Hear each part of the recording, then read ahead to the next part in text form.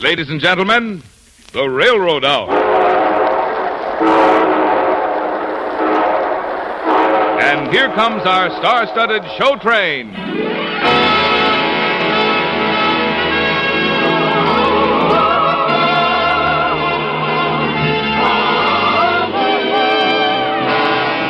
Tonight, the Association of American Railroads presents a musical impression of Blackmore's famous romance, Lorna Doone, starring Gordon MacRae and his charming guest, Dorothy Warren Show. Our choir is under the direction of Norman Luboff, and the music is prepared and conducted by Carmen Dragon.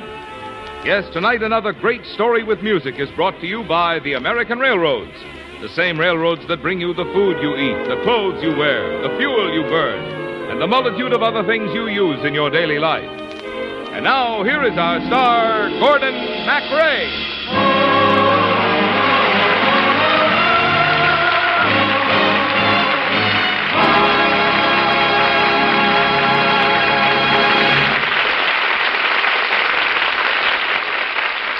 Thank you, Marvin Miller, and good evening, ladies and gentlemen. We are bound for the moors of England a century ago as we bring you Lorna Doone, with Dorothy Warren Scholl as the lovely Lorna, and I shall be John Ridd, who tells the story.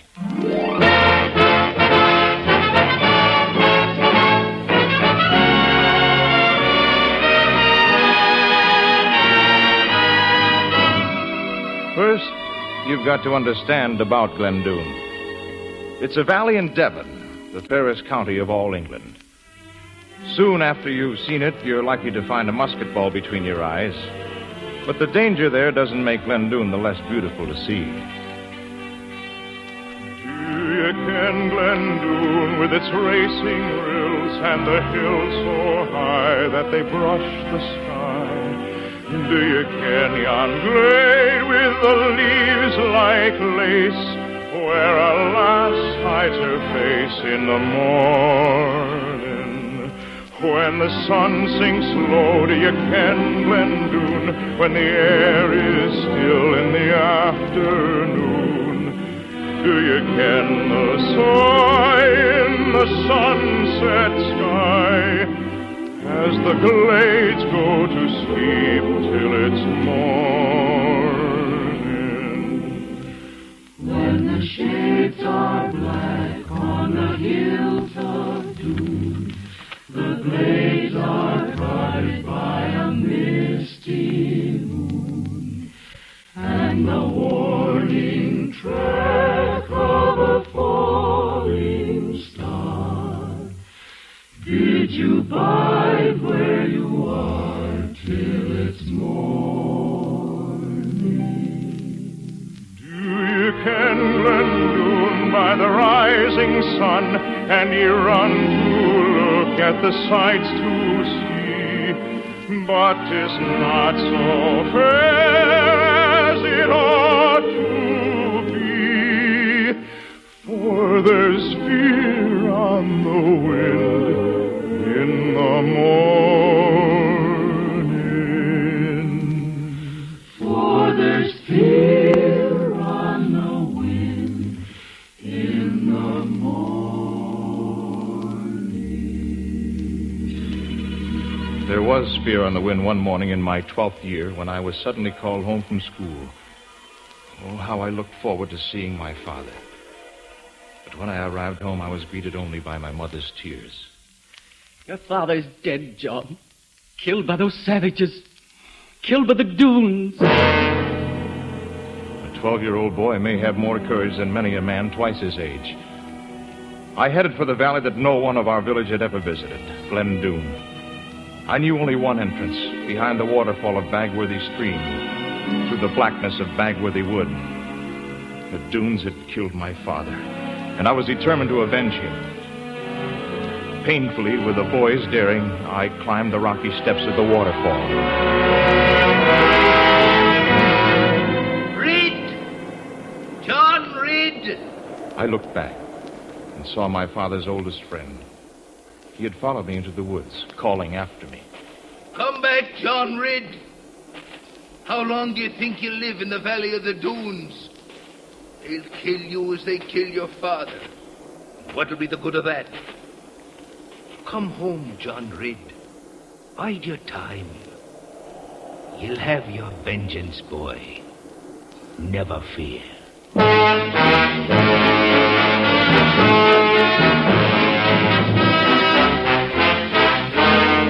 I turned back, but my hatred for the Doones burned bright through the years. From my 12th to my 20th, I finished schooling and, more important, learned the gentle art of violence as a redcoat in the service of the crown. Some talk of Alexander and some of Hercules, of Hector and Lysander and such great names as these. But of all the world's brave heroes, we've never seen the peers. With a toll, roll, roll, roll, roll, roll to the British Grenadiers.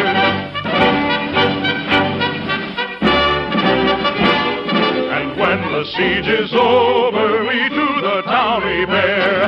The townsmen cry, hurrah, boys, here comes a grenadier. May they and their commanders live happy all the years.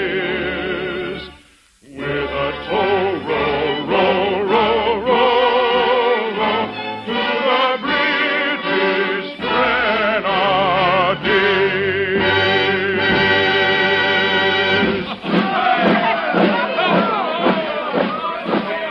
John, you're home, my boy.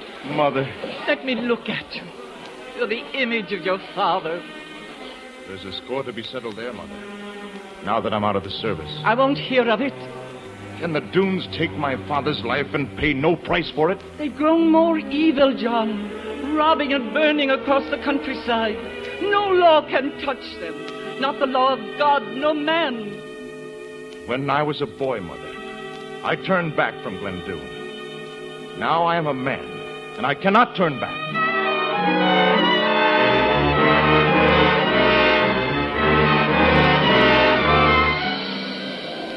The great rocky slide of Bagworthy Falls was still dark and difficult to climb. Though the water which had once touched my knees was now satisfied with my ankles. When I reached the top, I looked across the most beautiful and peaceful landscape I have ever seen. With its racing rill and the hills so high that they brush the sky, do you ken a glen with a leaf like leaves, where a lass hides her face in the morning? Hello? Oh, you're not one of the Doones. No. And I thank the Lord for that. Then what are you doing here? They'll kill you. As they did my father, perhaps. Is that why you've come? To avenge your father?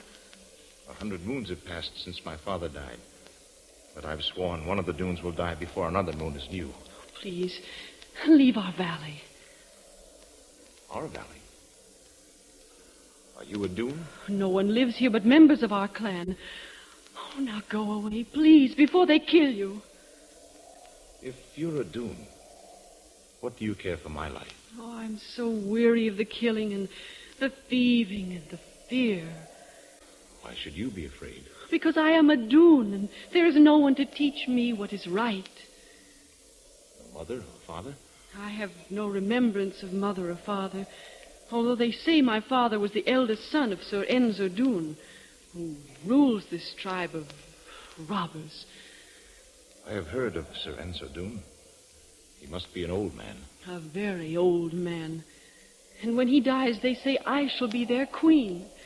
Queen Lorna, ruler of this valley of violence. Let me take you away, Lorna Doone. Oh, shh. Oh, they're coming. Oh, leave quickly. No. Oh, if you care for me at all, go. I would die to see your blood on the meadows of Glenmoon.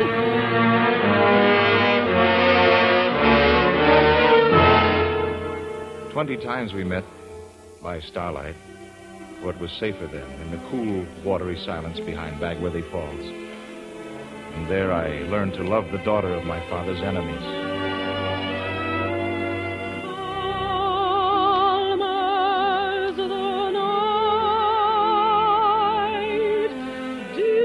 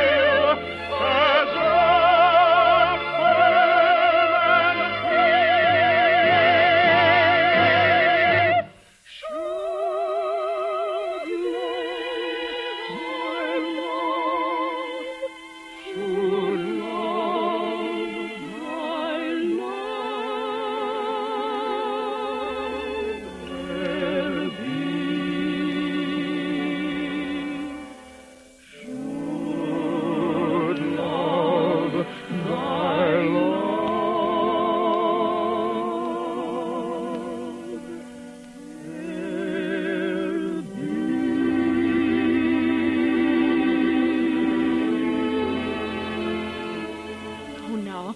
Come with me, John Ridd, Where are we going? to see my grandfather. He is dying, and he wishes to speak to you. I have his promise that no one will harm you.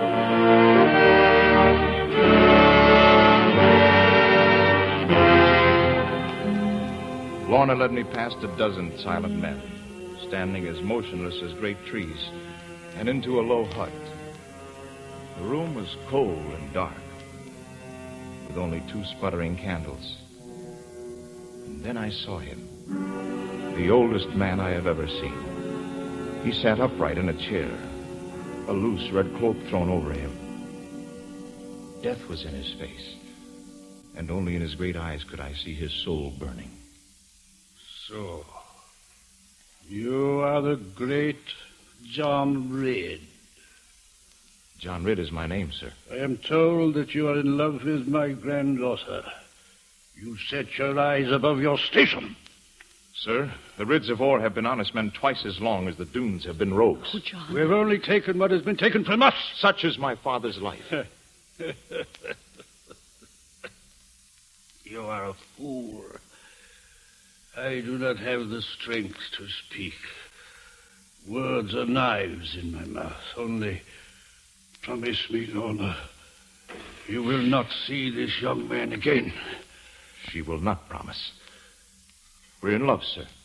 Do you force me to tell you? Tell me what, grandfather? It was your father who killed John Ridd's father, Lorna. And as he fell, his father killed yours. Do you wish the curse of a double murder always over your heads? Do you wish? Then, as in a terrible dream, we knew Sir Ensor Doone was dead. And the head of this tribe of robbers was now my beloved. I fled from Glendoone, my heart in a turmoil.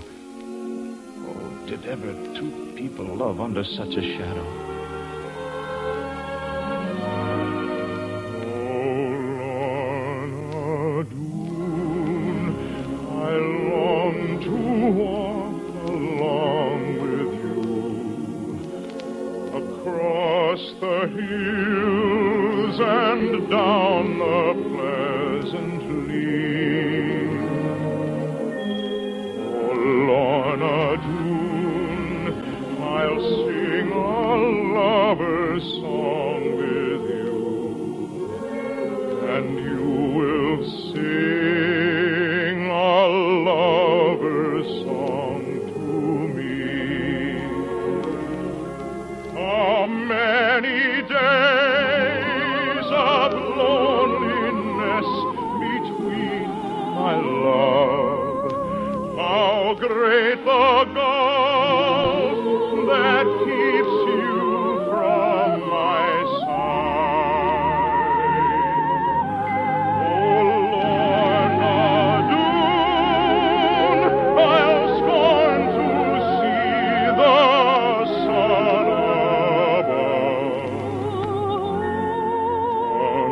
until my loving Lorna is my loving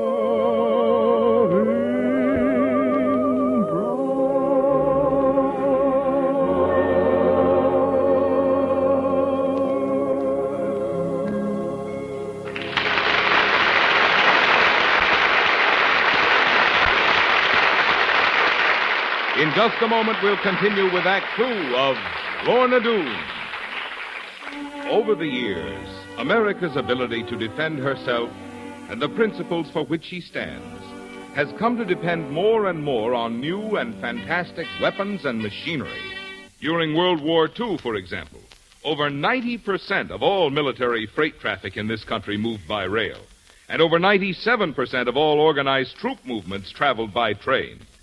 Including both military and civilian traffic, the railroads during the war years handled more than 2/3 of all freight moving between our cities. And today, as we use and enjoy our highways and skyways and waterways, it's well to keep in mind that in peace as in war, our standard of living, as well as our military defense, rests firmly on the railroad's unique threefold abilities: First, their vast and flexible hauling capacity.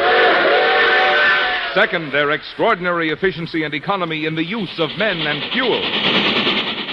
Third, their ability to haul anything in any quantity, anywhere, in any season of the year, regardless of weather, over their highly organized system of steel rails that reach into every corner of the country.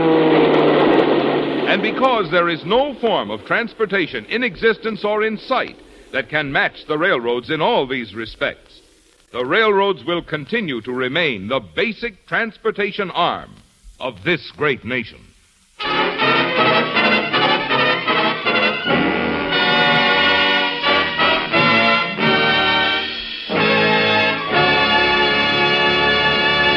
Now here is Act Two of Lawrence and Lee's musical impression of Lorna Doone, starring Gordon MacRae as John Ridd and Dorothy Warrenshold as Lorna.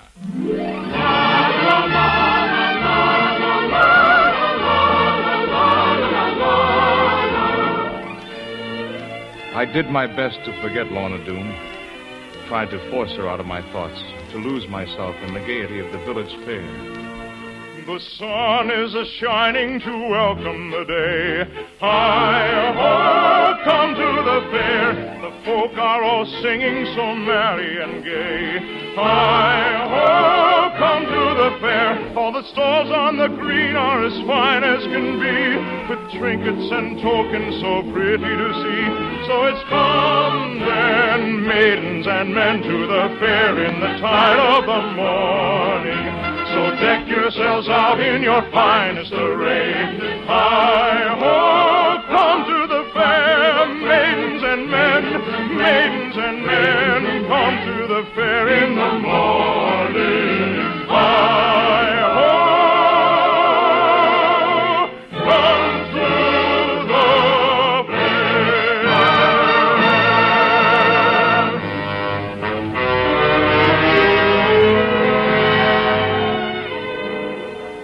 But it was no use. I turned my back on the fair and walked back to my mother's cottage. You are sad, my son. Go to her. Mother, you know about Lorna. Mothers are not half so unaware of the things that go on in their children's hearts as their children sometimes think. But what can I do, Mother? Where can I take her? This is your home. Bring her here. But, Mother, how can I tell you? It was her father who killed my father. Old Enzo Doone told us before he died. John, our family Bible says, love thine enemies.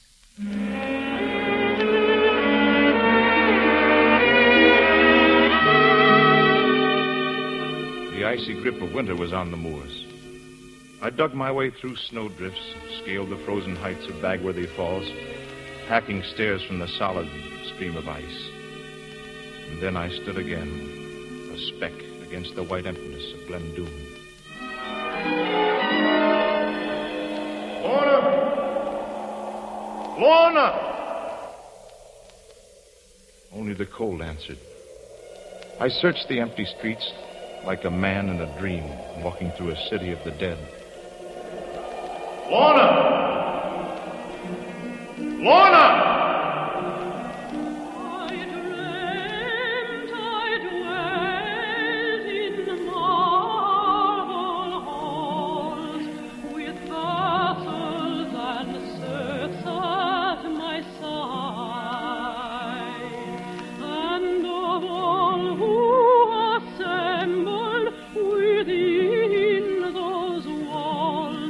That I was the hope and the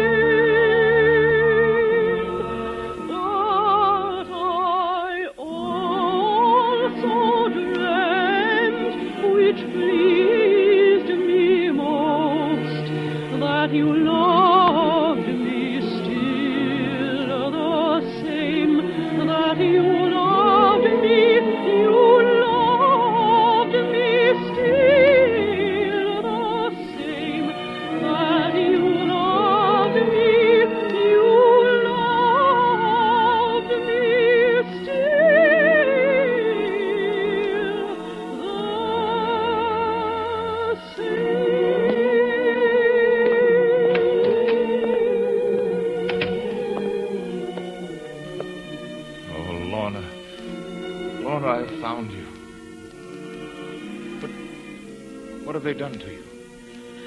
They've run off to the caves in the hills and left me here to starve.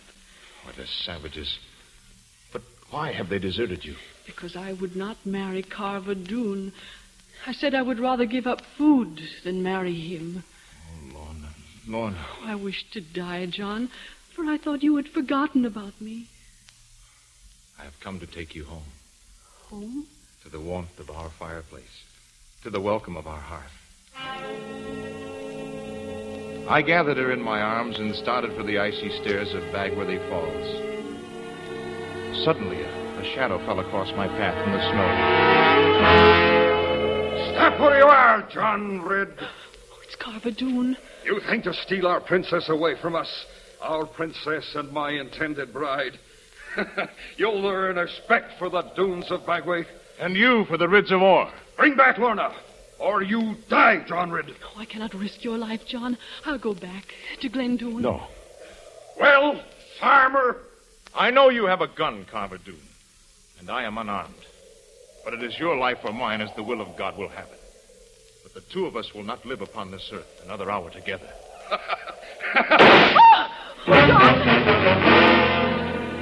His bullet hit my shoulder.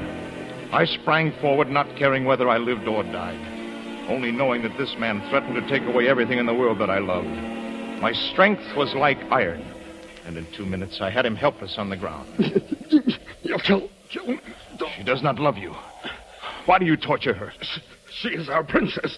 From the day we kidnapped her as a child. Kidnapped? Then she is not a Doone. What difference does it make? Tell me she is not really a Doone by blood. Tell me!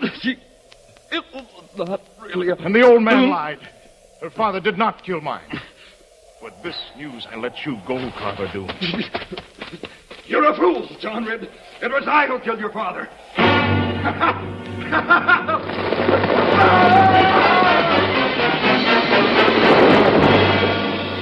He was looking back, taunting me, and did not see the edge of the cliff. He lost footing and plunged headlong down Bagworthy Falls.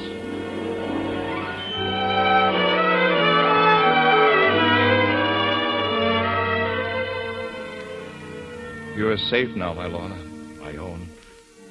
Will you stay with me always? No fears between us? Oh, I will stay with you all the days of my life, John. Oh, Lorna Doone, I'll always walk along with you, across the hills and down the pleasant Lorna Doone will sing a lover's song to you, and you will sing a lover's song to me. Your hand in mine will climb the mountain high, my love.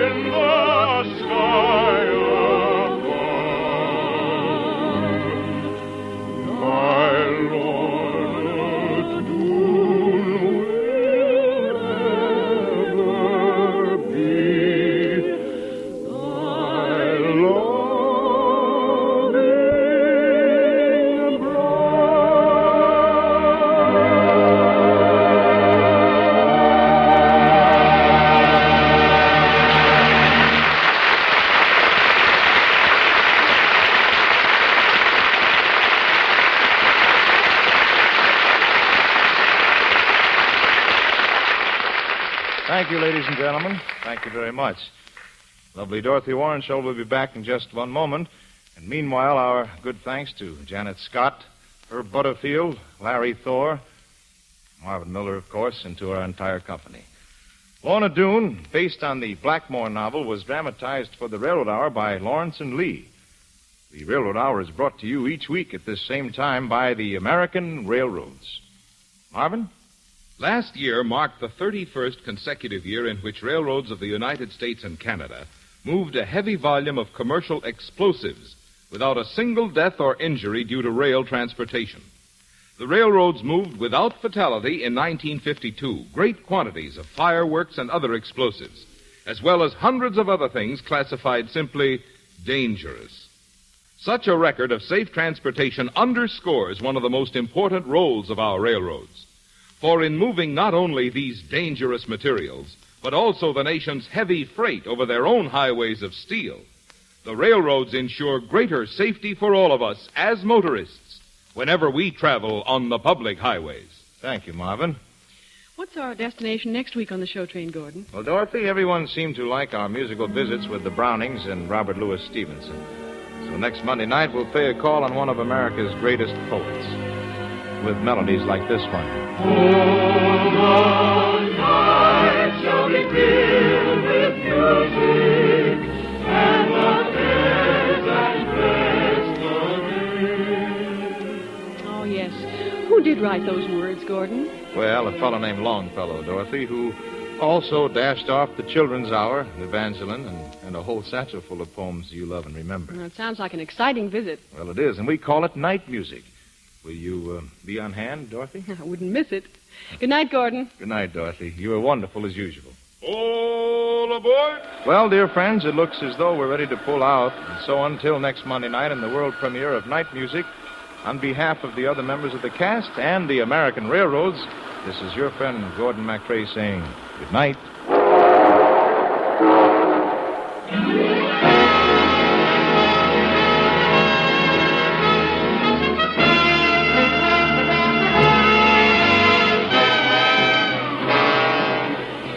Gordon MacRae can soon be seen in Three Sailors and a Girl in Technicolor.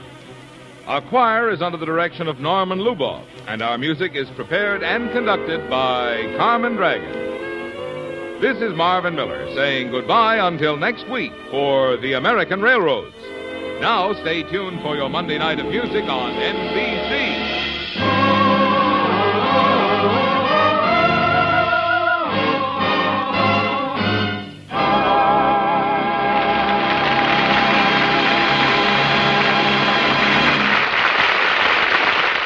Tonight, The Voice of Firestone features Lois Hunt on NBC.